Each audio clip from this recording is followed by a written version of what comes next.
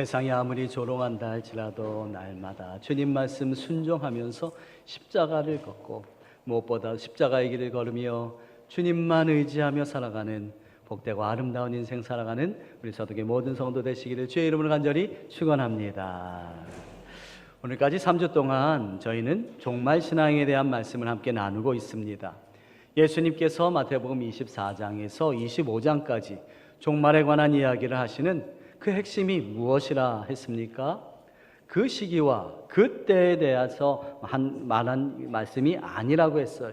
그날과 그 시는 아무도 알 수 없다. 아들도 모르고 오직 성부 하나님만 아신다. 그렇기에 그날을 준비하고 예비하라 말씀하십니다. 그러면서 예수님께서 우리에게 전하시는 핵심 메시지가 뭡니까? 바로 천국을 기다리며 천국을 소망하는 사람들인 저와 여러분들은 충성되고 지혜로운 종이 되어서 맡겨진 사람들에게 주님의 뜻을 잘 알려주는 사람이 되라. 이것이 바로 종말에 관한 예수님의 핵심 메시지입니다. 자, 오늘 본문 말씀은요, 예수님께서 찾으시는 충성되고 지혜로운 종에 관한 세 번째 비유의 말씀입니다. 지난 2주간 저희는 첫 번째 비유인 열처녀 비유, 두 번째 비유인 달란트 비유에 관한 말씀을 나눴습니다. 오늘은 양과 염소의 비유입니다. 그런데 우리가 먼저 조심스럽게 그리고 아주 떨리는 마음으로 생각해 볼 것이 하나 있습니다. 여러분, 열처녀 비유, 달란트 비유, 그리고 오늘 양과 염소의 비유는 모두 그 대상이 누구에게 하시는 예수님의 말씀입니까? 예수 믿지 아니하는 세상 사람들이 말씀의 대상이 아닙니다. 이 말씀은 모두 천국에 초대받은 사람들에게 하시는 말씀입니다. 열처녀는 모두 혼인잔치에 초대받은 사람들입니다. 그런데 기름을 준비한 슬기로운 처녀 다섯 처녀는 혼인잔치에 들어갔습니다. 그러나 기름을 준비하지 않은 미련한 처녀들은 혼인잔치에 들어가지 못했습니다. 천국에 들어가지 못했다는 말이에요. 그런데 그들도 원래는 혼인잔치, 천국에 초청받은 사람들이었습니다. 달란트 비유는 어떻습니까? 5달란트 받은 사람, 2달란트 받았던 그 사람만 주님이 믿으시는 그러한 종들이었습니까? 아니요. 1달란트 받았던 종도 주인의 소유 하나님의 나라 천국을 맡은 사람입니다. 주인이 믿으니까 맡겨준 천국을 소유했던 그러한 청직이었습니다. 그런데 1달란트 받았던 그 종은 바깥 어두운 데로 내쫓겼습니다. 오늘 양과 염소 비유 역시 마찬가지입니다. 둘 다 목자가 기르는 존재입니다. 그런데 마지막 심판 때에 그들을 나누신다 말씀하세요. 여러분, 우리가 지난 3주간 말씀을 나누는 이 마태복음 25장은 1차적으로 선민 사상을 가진 유대인들에게 하시는 말씀입니다. 그 중에서도 종교 지도자들, 제사장들, 바리새인들, 서기관들에게 하시는 말씀입니다. 그들이 하나님의 선택을 받았습니다. 그렇다고 해서 그들 모두가 아무나 다 천국에 들어가는 것이 아니라는 말씀입니다. 여러분, 이것은 우리도 마찬가지입니다. 우리가 다 교회에 나와서 교회 다닌다고, 예배 드린다고 심판날에 천국에 입성할 수 있을까요? 참 두렵고 떨리는 마음으로 우리는 이 말씀을 받아야 합니다. 제가 기도하고 바라기는 오늘 함께 예배하는 우리 모두는 예수님이 찾으시는 충성되고 지혜로운 종이 되어서 마지막 심판날에 주님께서 오른편에 세우시는 영생 얻는 천국에 입성하는 하나님의 자녀 다 되시기를 주님의 이름으로 간절히 축원합니다. 자, 오늘은 양과 염소 비유를 통해서 종말의 시기가 가까울수록 예수님이 찾으시는 충성되고 지혜로운 종은 어떤 사람일까 함께 말씀을 나누고자 합니다. 첫째는 재림의 때에 심판이 반드시 있음을 깨닫고 그때를 준비하는 사람입니다. 본문 31절부터 33절까지의 말씀 우리 함께 읽어볼까요? 시작. 인자가 자기 영광으로 모든 천사와 함께 올 때에 자기 영광의 보좌에 앉으리니 모든 민족을 그 앞에 모으고 각각 구분하기를 목자가 양과 염소를 구분하는 것 같이 하여 양은 그 오른편에 염소는 왼편에 두리라. 아멘. 이 말씀은 지난주에 달란트 비유에서 주인이 돌아와 결산할 때가 있음을 아는 그러한 말씀과 결산할 때가 있다는 것과 일맥상통하는 말씀입니다. 여러분, 하나님은 마지막 심판 때에 양과 염소를 나누십니다. 의인과 죄인을 나누십니다. 모든 민족을 그 앞에 모으시고 심판날이 반드시 있을 겁니다. 다시 말하면 우리가 이 세상을 떠나는 날 우리 앞에는 천국문과 지옥문이 기다리고 있다는 사실입니다. 여러분, 천국과 지옥은 분명히 있는 줄 믿습니다. 요즘은요, 천국과 지옥 설교하면 촌스러운 목사, 또 교인들 협박하는 목사라고 그렇게 들린답니다. 제가 여러분 지금 협박하는 거 절대로 아닙니다. 그것이 진리이기에 진리의 말씀을 선포하지 않을 수 없습니다. 이사야서 30장 9절부터 11절에 보면 하나님께서 남유다 백성들, 멸망하기 직전의 남유다 백성들의 모습을 고발하시는 말씀이 있어요. 제가 한번 읽어보겠습니다. 대저 이는 패역한 백성이요 거짓말하는 자식들이요 여호와의 법을 듣기 싫어하는 자식들이라.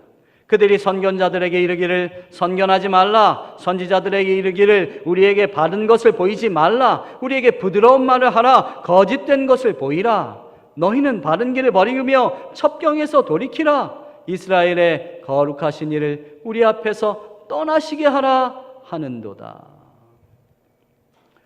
지금 이 시대가 하나님의 심판이 임했던 남유다의 상황과 똑같지 않습니까? 듣고 싶은 말만 하라는 겁니다.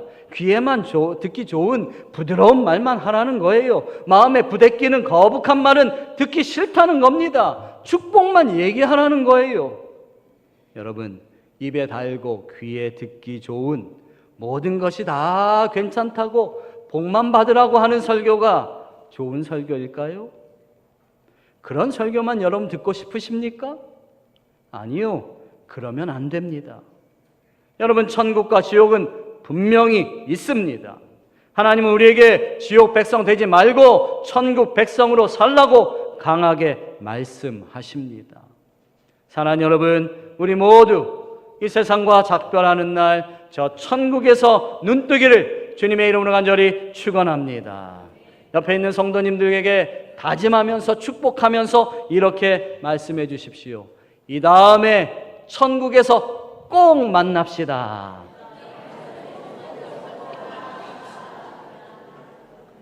이 다음에요. 이 다음에. 예? 지금 말고 이 다음에. 둘째로, 마지막 때가 가까울수록 주님이 찾으시는 충성되고 지혜로운 종은 어떤 사람입니까? 예수님의 주권과 예수님의 십자가로 인해서 구원의 기쁨을 알아 주님께 헌신하는 사람입니다. 본문 34절 말씀이에요. 우리 함께 읽어볼까요? 시작. 그때의 임금이 그 오른편에 있는 자들에게 이르시되 내 아버지께 복받을 자들이여 나와 창세로부터 너희를 위하여 예비된 나라를 상속받으라. 아멘. 하늘나라는 우리가 존재하기 전부터 우리의 입성을 준비하며 기다리고 있습니다. 예수 그리스도를 믿는 자들은 예수님께서 예비하신 하나님의 나라를 상속받게 됩니다. 여기서 상속이라는 말은요, 본래 자기와 상관없는 어떤 것을 물려받는 것이 아니라 당연히 자기에게 주어져 있는 권리를 물려받는 겁니다. 무슨 말입니까? 하늘나라는 예수님을 통해서 저와 여러분들에게 이미 예정된 권리라는 거예요. 하늘나라 천국은 예수 그리스도를 구주로 믿는 모든 성도들에게 반드시 주어지는 특권인 줄로 믿습니다. 부모가 사랑하는 자녀에게 재산을 상속하는 것을 기뻐하듯이 믿음을 지키기 참 힘든 이 시대 속에서 예수 그리스도를 온전히 믿으며 주님의 뜻을 따라 그렇게 살아가는 사람들에게 하나님의 나라 천국을 상속하는 것, 그것은 주님께서, 예수님께서 그리도 기뻐하시는 일이라는 거예요. 우리 함께 히브리서 12장 2절 말씀 같이 읽어봅시다. 시작. 믿음의 주요 또 온전하게 하시는 인 예수를 바라보자. 그는 그 앞에 있는 기쁨을 위하여 십자가를 참으사 부끄러움을 개의치 아니하시더니 하나님 보좌 우편에 앉으셨느니라. 아멘. 예수님은 저와 여러분에게 천국을 상속하시기 위해서 그 기쁨 때문에 기꺼이 십자가를 참으셨습니다. 수치와 모욕과 사람들의 조롱을 다 견뎌내셨습니다. 부끄러움을 개의치 않으셨습니다. 그렇게 십자가에서 모진 고통을 다 감내하셨습니다. 엘리 엘리 라마 사박다니, 나의 하나님 나의 하나님 어찌하여 나를 버리시나이까. 얼마나 고통스러웠으면, 오죽했으면 예수님이 그렇게까지 하나님께 부르짖으셨겠습니까? 그러나 예수님이 십자가에서 하신 마지막 말씀, 다 이루었다. 비록 힘없이 읊조리신 나약하고 나지막한 말씀이지만 그 목소리에는 주님의 기쁨과 희열이 있습니다. 인류의 구원을 이루신 감격이 묻어 있습니다. 그 예수님, 우리에게 구원의 기쁨, 천국의 기쁨을 허락하신 주님의 은혜를 아는 사람은 그분께 온전히 헌신할 수 있습니다. 사랑하는 여러분, 은혜를 맛본 사람이 섬기는 것과 은혜를 모르는 사람이 섬기는 것은 완전히 다릅니다. 은혜를 맛보지 못한 사람은 모든 것이 다 지나치다 생각해요. 오늘 본문 25장 이후에 26장에 보면 이러한 장면이 나옵니다. 예수님께서 이틀 후면 십자가에 못 박히시기 위해서 팔리신다고 제자들에게 예고해 주셨어요. 그때 예수님의 그 십자가 고난을 슬퍼하면서 예수님을 위해서 매우 귀한 향유 옥합을 가지고 예수님에게 그 기름을 부은 여인이 있었습니다. 그런데 그 순간 제자들이 뭐라고 말했습니까? 마태복음 26장 8절부터 9절입니다. 우리 함께 읽어볼까요? 시작. 제자들이 보고 분개하여 이르되 무슨 의도로 이것을 허비하느냐? 이것을 비싼 값에 팔아 가난한 자들에게 줄 수 있었겠도다 하거늘. 여러분, 요한복음에는요 이 말을 가룟 유다가 한 것으로 나옵니다. 마태복음에는 비싼 값에 팔아라고 기록되어 있는데 마가복음과 요한복음에는 정확하게 그 금액을 알려줘요. 300데나리온이다라고 말합니다. 여러분, 예수님의 발에 향유, 부어진 향유의 그 값이요 얼마나 비싼 것인지 몰라요. 300데나리온이라는 것은요 근로자가, 노동자가 1년 동안 일해야 받을 수 있는 연봉입니다. 연봉. 여러분, 요즘 단위로 따지면 얼마 정도 돼요? 아주 최소 단위로 잡아도 한 3,600만 원, 3,500만 원 정도 되는 아주 큰 금액의 그러한 향유였어요. 예, 물론 그것을 팔면 가난한 사람들을 구제할 수 있습니다. 틀린 말은 절대 아닙니다. 그런데 가룟 유다의 부족함이 뭡니까? 은혜가 없다는 거예요. 예수님께서 우리를 구원하시기 위해서 대속의 죽음을 당하시는 것에 대해서 마음 아파하며 눈물 흘릴 줄 모른다는 거예요. 눈물이 메마른 인생이지요. 은혜를 맛보지 못한 사람은 모든 것이 다 지나치다 생각합니다. 그래서 다른 사람이 기도할 때 저 사람은 지나치게 기도하는구나. 다른 사람이 열심을 보며 저 사람 열심이 너무 지나쳐. 누군가 헌금을 하는 것 보면서 저 사람 지나치게 헌금을 많이 해. 모든 것이 다 지나치다 평가합니다. 이렇게 된 까닭은 은혜를 모르기 때문입니다. 은혜를 모르면 모든 것이 다 아까워 보이고 지나쳐 보이고 문제가 있어 보입니다. 그러나 은혜 받으면 섬기는 봉사, 바치는 시간, 드리는 예물이 하나도 아깝지 않습니다. 그리고 기쁨 가운데서 헌신의 자리로 나아갑니다. 왜요? 우리를 구원하신, 그리고 천국을 허락하신 예수님의 그 십자가 희생과 사랑, 그 은혜를 깨닫고 그 은혜를 경험했기 때문입니다. 사랑하는 여러분, 예배자리로 나오실 때마다 은혜를 사모하십시오.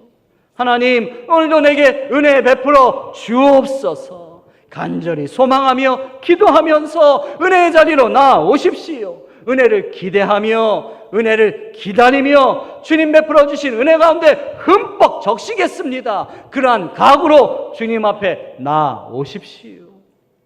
주님, 메마른 나의 심령에, 메마른 나의 눈에 은혜의 담비로 촉촉히 적셔 주옵소서. 은혜를 사모하는 저와 여러분들 다 되시기를 주님의 이름으로 간절히 축원합니다. 말씀과 찬양과 기도와 봉사와 성도의 교제를 통해서 세상에서만 볼 수 없는 은혜를 누리십시오. 은혜 받아야 예수 그리스도를 제대로 섬길 수 있습니다. 은혜 받아야 연약한 사람들을 돌아보고 도와줄 생각이 일어납니다. 우리가 은혜 받고 섬기는 모습을 우리 예수님이 바라보시면서 우리로 인하여 그 기쁨을 이기실 수 없도록 그렇게 주님께서 기뻐하실 줄로 믿습니다. 그가 너로 인하여 기쁨을 이기지 못하시며 너를 잠잠히 사랑하시며 즐거이 부르며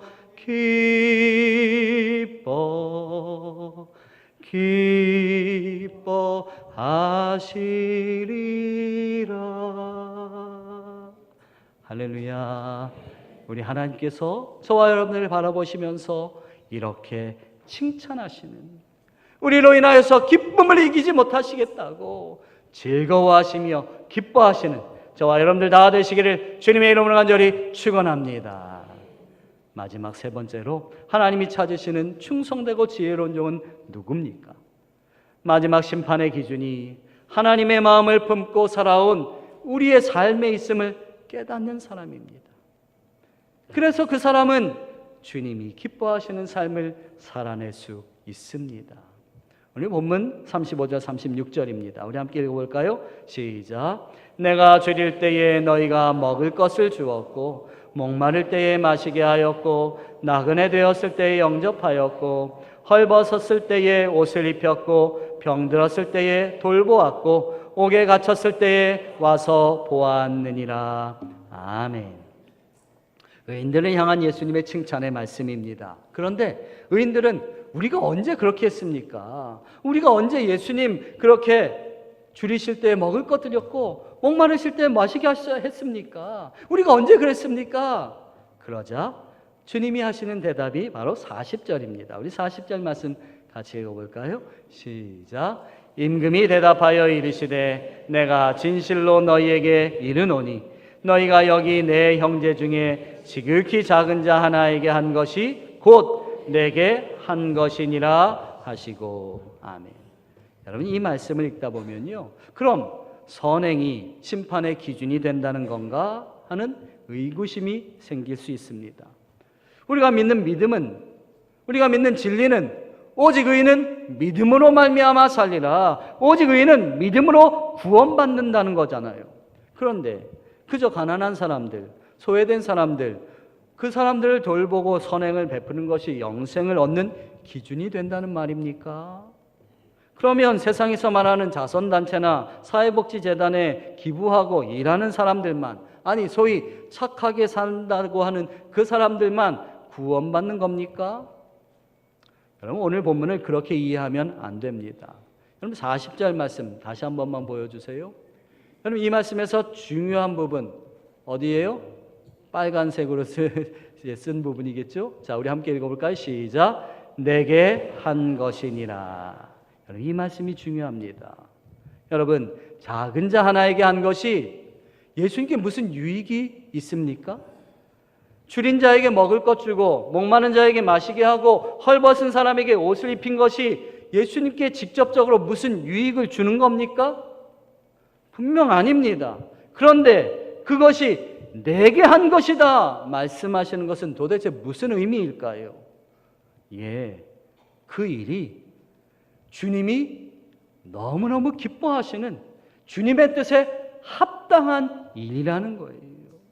예수님이 그리도 바라시고 원하시는 일이 예수님께서 정말 기뻐하시는 일이라는 거예요.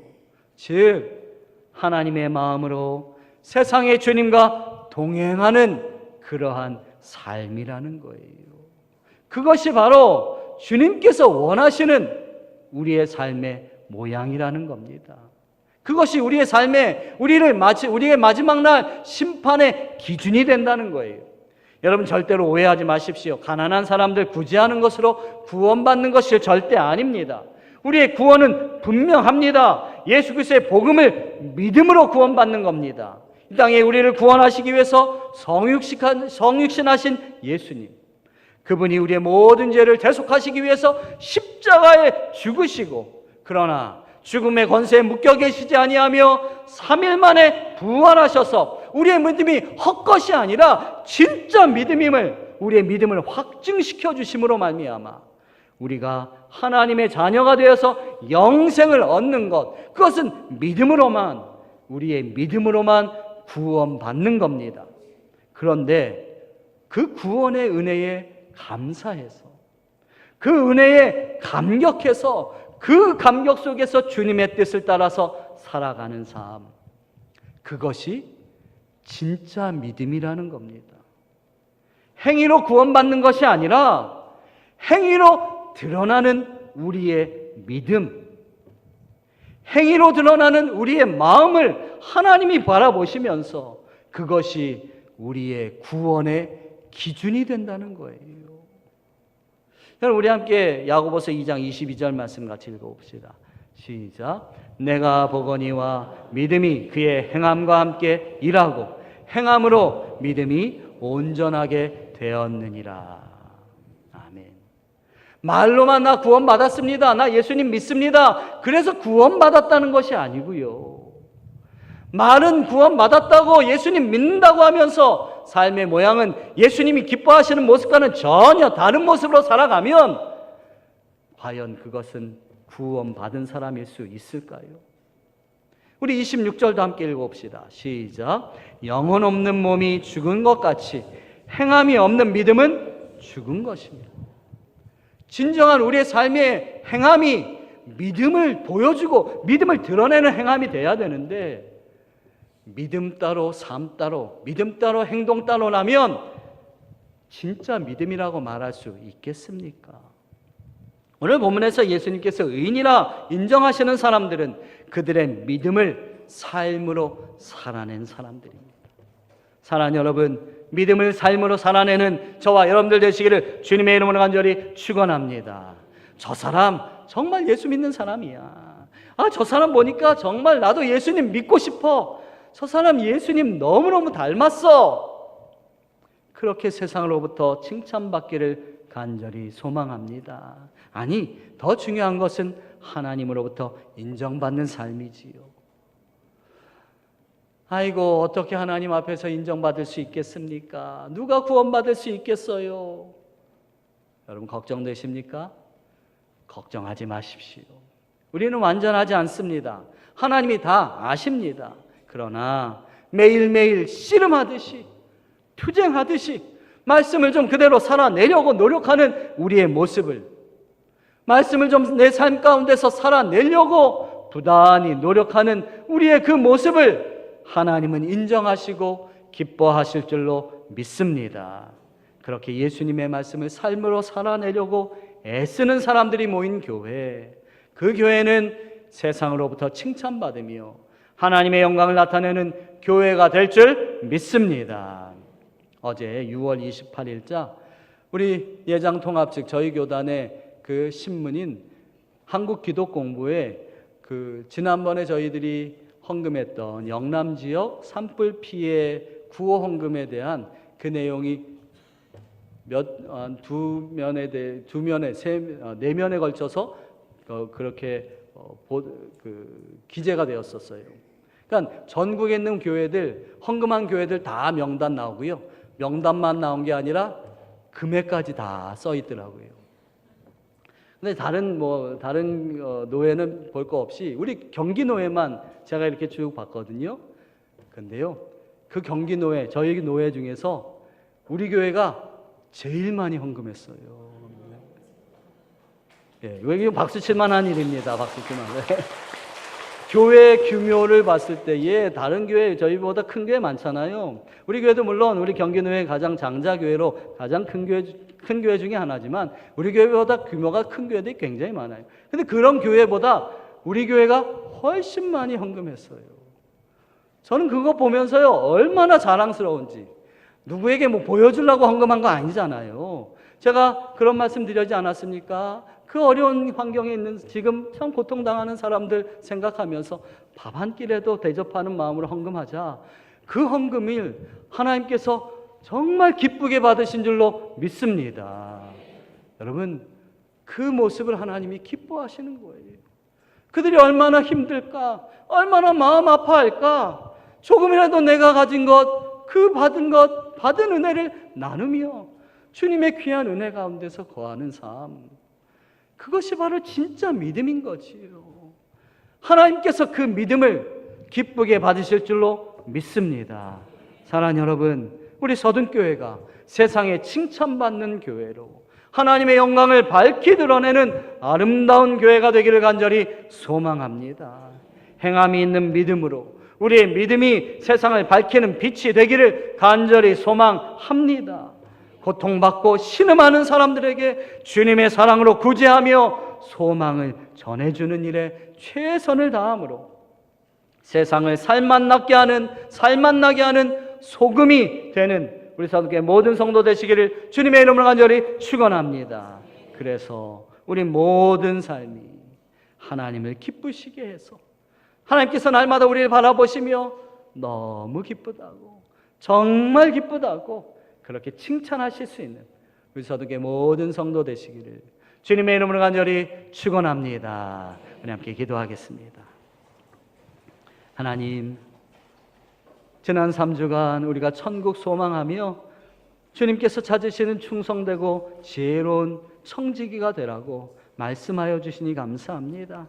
마지막 날 심판이 있음을 깨닫고 영적으로 깨어 준비하는 하나님의 사람들 되게 하여 주옵소서. 주님의 그 십자가 은혜에 감격하면서 날마다 은혜 가운데 거하고 주님께 헌신하는 하나님의 사람 되게 하여 주옵소서. 무엇보다 주님의 마음을 품고 행함이 있는 믿음으로 우리의 믿음을 삶으로 그대로 살아내는 우리 서두교회 모든 성도들 되게 하여 주옵소서. 예수님의 이름으로 기도하옵나이다. 아멘.